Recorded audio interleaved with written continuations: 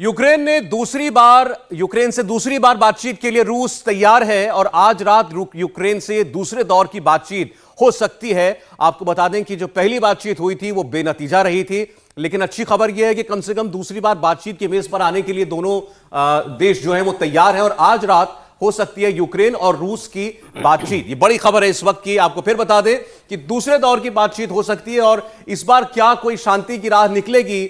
लेकिन आप देखें बातचीत के बीच इस वक्त यूक्रेन के अंदर जिस किस्म की तबाही मच रही है, जिस तरीके से रूसी सेना लगातार हमले कर रही है और आगे भी बढ़ रही है, कुछ शहरों पर कब्जा करने का भी दावा किया जा चुका है। इस बीच इस सब के बीच बातचीत से क्या कुछ हासिल हो पाएगा, यह देखने वाली बात होगी। लेकिन आज रात ये दूसरे दौर की वार्ता हो सकती है। पिछली बार लगभग 3 घंटे बातचीत चली थी। दोनों तरफ के प्रतिनिधि मंडलों में बड़े सीनियर नेता मौजूद थे, सीनियर मंत्री मौजूद थे। एक तरफ रूस के राष्ट्रपति के बेहद खास और दूसरी तरफ राष्ट्रपति ज़ेलेंस्की के भी बेहद खास टॉप मंत्री वहां पर थे। लेकिन तब भी पहली बार की राउंड की बातचीत में कुछ निकला नहीं। अब देखते हैं दूसरे दौर की बातचीत के बाद क्या हासिल होता है। लेकिन अभी मैं आपको बता दूं, एक बयान जो है वो जारी किया गया है रूस के विदेश मंत्री की तरफ से, और रूस के विदेश मंत्री ये कह रहे हैं कि हम किसी भी कीमत पर यूक्रेन को न्यूक्लियर हथियार हासिल नहीं करने देंगे। और उन्होंने कहा कि अगर तीसरा विश्व युद्ध होता है तो वो न्यूक्लियर विश्व युद्ध होगा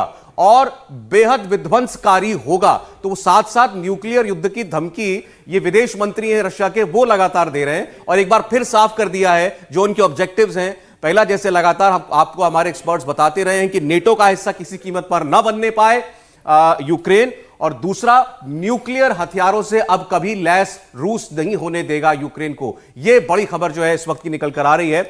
और रूस से युद्ध में यूक्रेन का एक बहुत और बड़ा दावा भी आया है कि अब तक की जंग में रूस के 6000 सैनिक मारे गए हैं। यूक्रेन ने कहा है कि रूस के 200 से ज्यादा टैंक, 900 से ज्यादा बख्तरबंद गाड़ियां ये तबाह की जा चुकी हैं और 6000 उसके सैनिक जो हैं वो मार गिराए जा चुके हैं। कुछ दिनों पहले तक ये आंकड़ा जो यूक्रेन बताता था वो बताया करता था 4000 के करीब। और बीच में एक बार ऐसी भी खबर आई थी कि रूस ने भी शायद एक्सेप्ट किया इस बात को कि उसके हजारों सैनिकों की जान गई है। बाद में उस खबर से रूस पीछे हट गया था। अब यूक्रेन दावा कर रहा है कि उसने 6000 सैनिकों को मार गिराया है। बहरहाल, आंकड़े गलत हो सही हो, एक बात सही है, जिस किस्म की तबाही और भीषण जंग आपको यूक्रेन में दिखाई दे रही है, दोनों तरफ से बहुत नुकसान हुआ है। अमित, बिल्कुल, ये जो तस्वीरें आप इस वक्त देख रहे हैं जिससे साफ हो जाता है कि आपको बता दें ये बहुत ही करीब का जो कीव है, कीव से बहुत ही करीब एक जगह पड़ती है बॉश।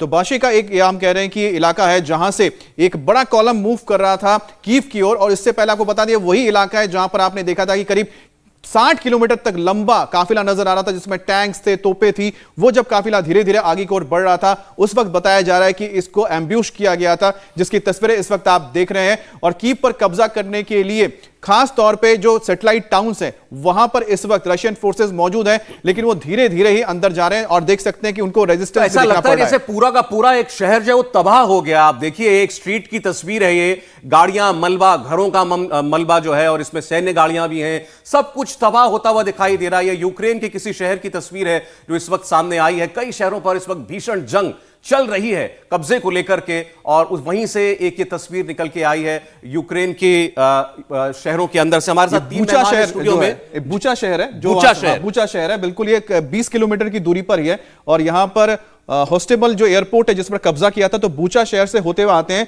तो यहां पर हम कहते हैं कि 2 इलाके जो पड़ते हैं, एक बूचा, दूसरा है ओब्लॉन। ये दोनों इलाकों से ही अब धीरे धीरे कीव की ओर लोग बढ़ रहे हैं क्योंकि बेलारूस से जो फोर्स आई थी इसी तरफ थी। ये बूचा की एक और तस्वीर आप देख रहे हैं, ये वो टैंक वाली तस्वीर है जिसमें एक व्यक्ति वीडियो बना रहा है और सीधे उसी के ऊपर टैंक से हमला हो जाता है।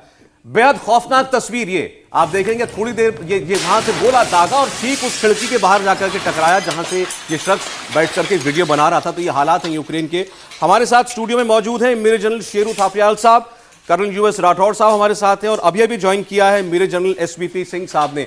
सिंह साहब, आज 7वें दिन कहां है आप पढ़ पा रहे हैं, जंग की परिस्थिति क्या है?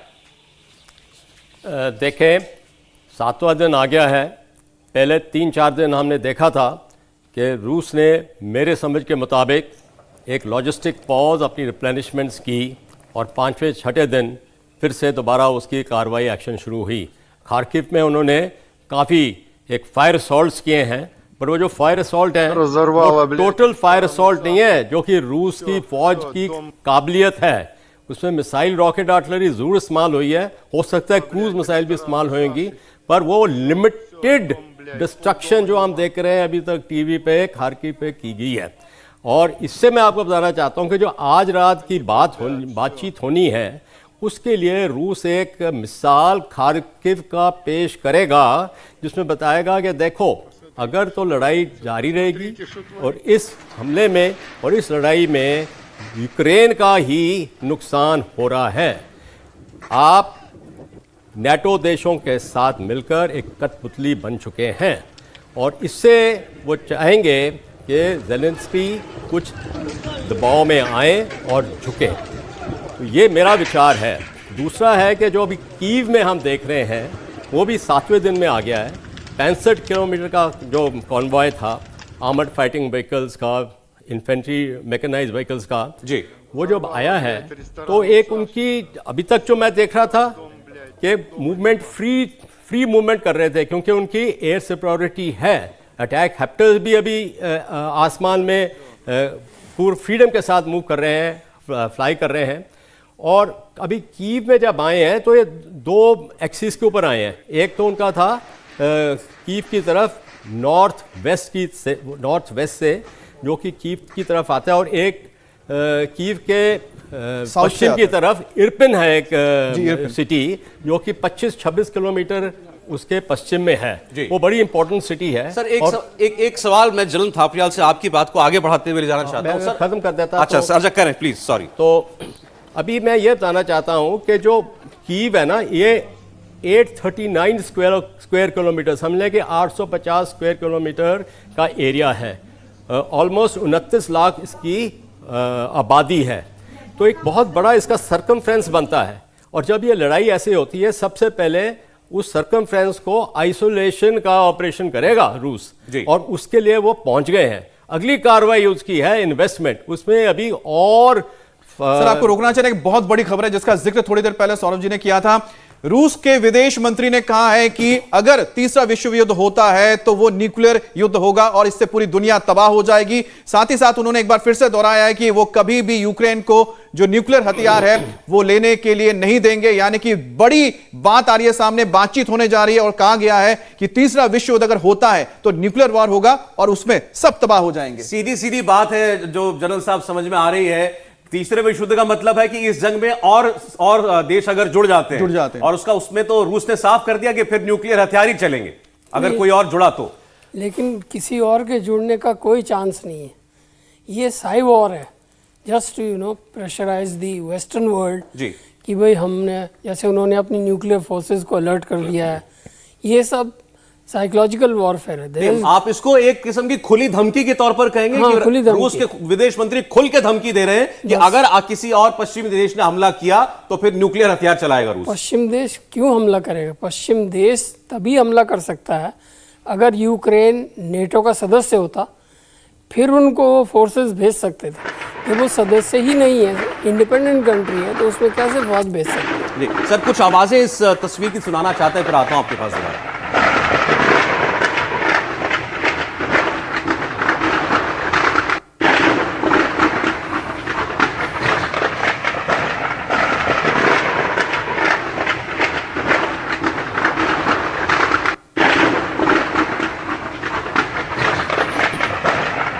तस्वीरें फिलहाल जो हम देख रहे हैं, हम कहेंगे खारकीव की नहीं है, वो ऊपर आप खारकीव देख रहे हैं, लेकिन ये मारियापोल की तस्वीर है। ये सदर्न पार्ट में पड़ता है, बिल्कुल सी ऑफ एज़ोव के साथ। और यहाँ पर लगातार अब लड़ाई इसलिए हो रही है क्योंकि यहाँ पर जो रशियन फोर्सेज है और साथ ही साथ डोनेट्स्क की ओर से जो रेबल फोर्सेज आ रहे हैं, उन्होंने अल्टीमेटम दिया है कि आपके पास सिर्फ बुधवार तक का वक्त है, आपको क्लीन पैसेज दिया, आप निकल जाइए। हमले वहां तेज हो चुके हैं और जो मेयर का ये कहना है कि वहां पर जो अभी सप्लाई है, यहाँ पर यानी कि बिजली की सप्लाई को लेकर दिक्कत आ रही है और पूरे इस इलाके में धीरे धीरे जो फोर्सेज घुस चुके हैं। अभी तक वहां पर बताया जा रहा है कि 126 लोग इस हमले में घायल हो चुके हैं। उनकी कोशिश है कि हम रिस्टोर कर पाए, लेकिन जो यहाँ पर अभी तक डेडलाइन दी गई है आज तक की, मारियापोल की जो आप तस्वीर देख रहे हैं, वहां पर लगातार हमले हो रहे हैं। और खासतौर पर फिलहाल तो अभी मिलिट्री जो वहां बेसेस है उनको निशाना बनाया जा रहा है। पहले ही रूस ने इस इलाके में मारियापोल में जो नेवल बेस है उसको तबाह कर दिया है। अब आप खारकीव की तस्वीर देख रहे हैं जहां पर आज पुलिस हेडक्वार्टर पर हमला हुआ था। ये खारकीव है। इंडिया टीवी हर वक्त हर जगह डाउनलोड करने के लिए सर्च करें India TV news Google play store या ऐप स्टोर पर।